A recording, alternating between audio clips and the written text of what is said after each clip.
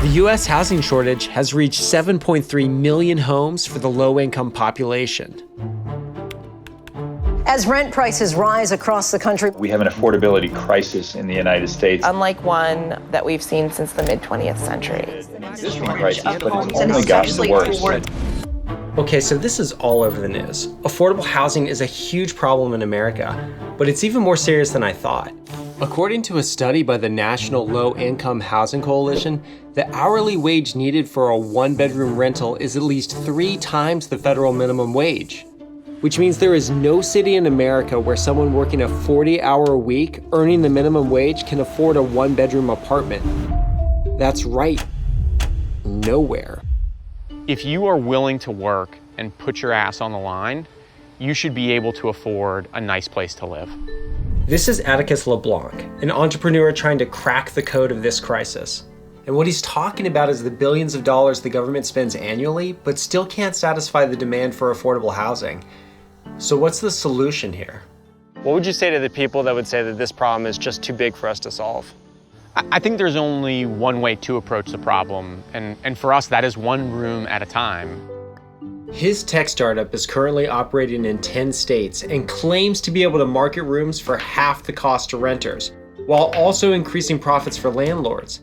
And you're probably wondering the same thing that I am. I mean, $250 a week, $179 a week, $190 a week. Like, how is this even possible? Too good to be true? Let's go check it out. I flew to Atlanta, where Atticus startup has over 1,000 rooms on the market. And that's how I met Reggie, a full-time student working hard to make it on his own. He rents his room for $640 a month, way below the average in Atlanta. I want to see how this solution has helped him and gauge its potential for millions of Americans like him across the country. All right, man, let's see where you live. Welcome to my room. This is Stand Together Presents. Stories, ideas, and advice from changemakers tackling our biggest challenges. They don't call it Hotlanta for no reason. What's your hustle like in Atlanta? Like, how are you making it out here? I'm always busy working or school or getting into modeling, acting, and it broke me in really quick. It was like, okay, yeah, this is life. Our cities depend on the contributions of thousands of people like Reggie, but skyrocketing rental prices are pushing them out. There's people out here that get 2, 3, 4 jobs. Really? It's hard if you're only making $725 in Atlanta. The average cost of a one-bedroom apartment in America is $1,800 a month, but the average salary for the low-income population is roughly $2,600 a month before tax. And that means that over 60% of their income is going towards rent, which is financially crippling for most.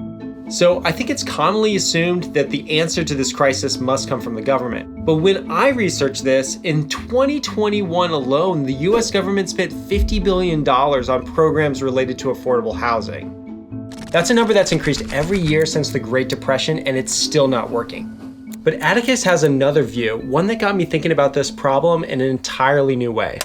I don't think there's any question that our housing problem is getting worse and that our homelessness problem is getting worse. And there are no good solutions that the government has been able to produce to address this problem so far.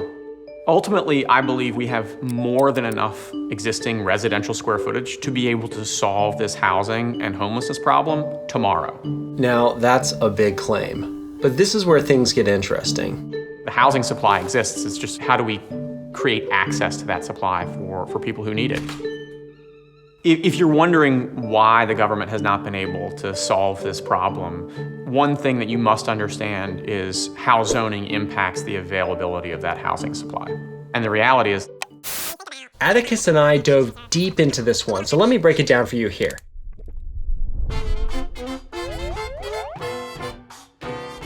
In the 1920s, cities were growing fast, and city governments became concerned about unplanned development. Their answer was regulation, which created zoning laws, which included single-family zoning, the requirement that homes be built on individual lots of a specified size. So they dedicated all this land to single-family homes because the government believed that the traditional family model, a husband and a wife with 2 or 3 kids, would always predominate society.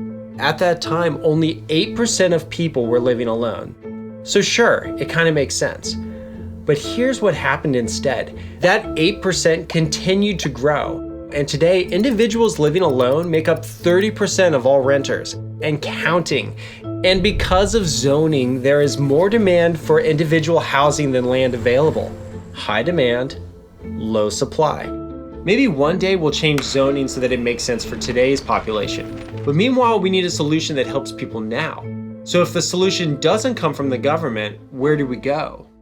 The marketplace solution is by far the most effective because you're empowering the individuals who are closest to the problems with the tools to actually solve them. We have so much housing that goes wasted and unused every single day. And the question is, how do we repurpose some of those empty bedrooms that sit empty, millions of them every single night, and just put people in those rooms?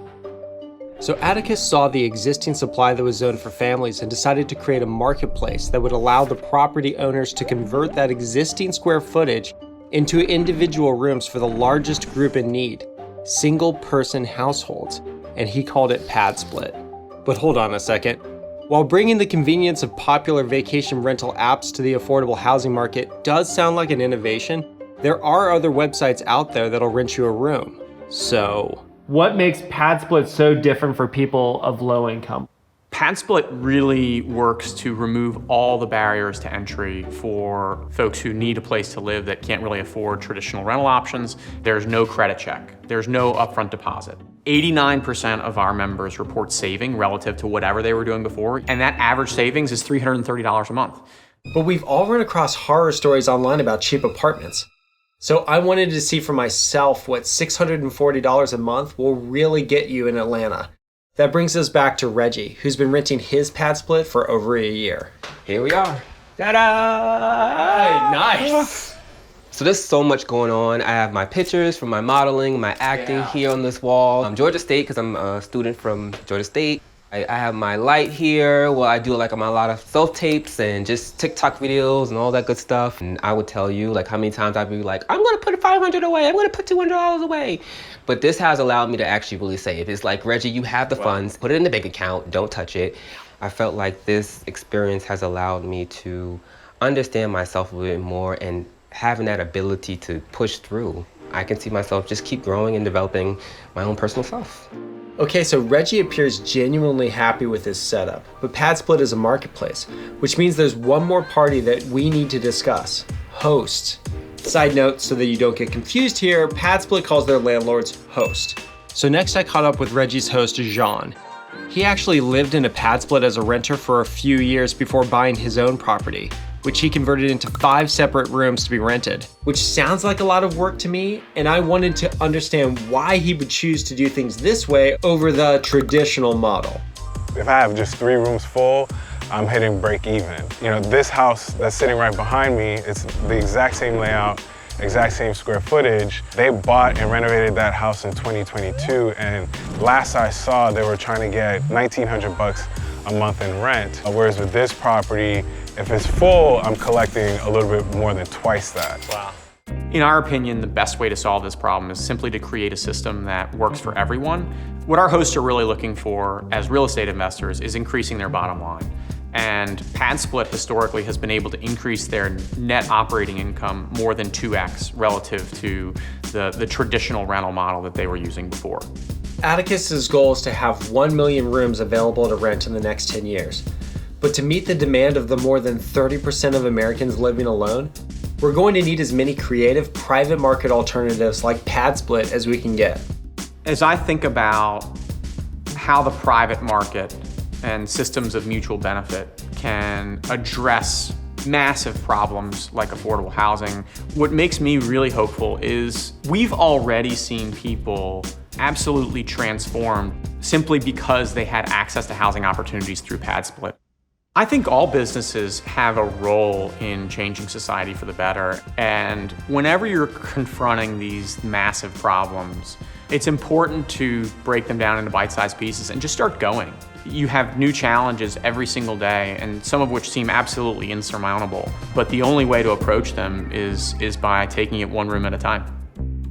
Stand Together partners with changemakers tackling our biggest challenges. To see more stories, follow our channels. And to learn more about how you can partner with us, go to standtogether.org.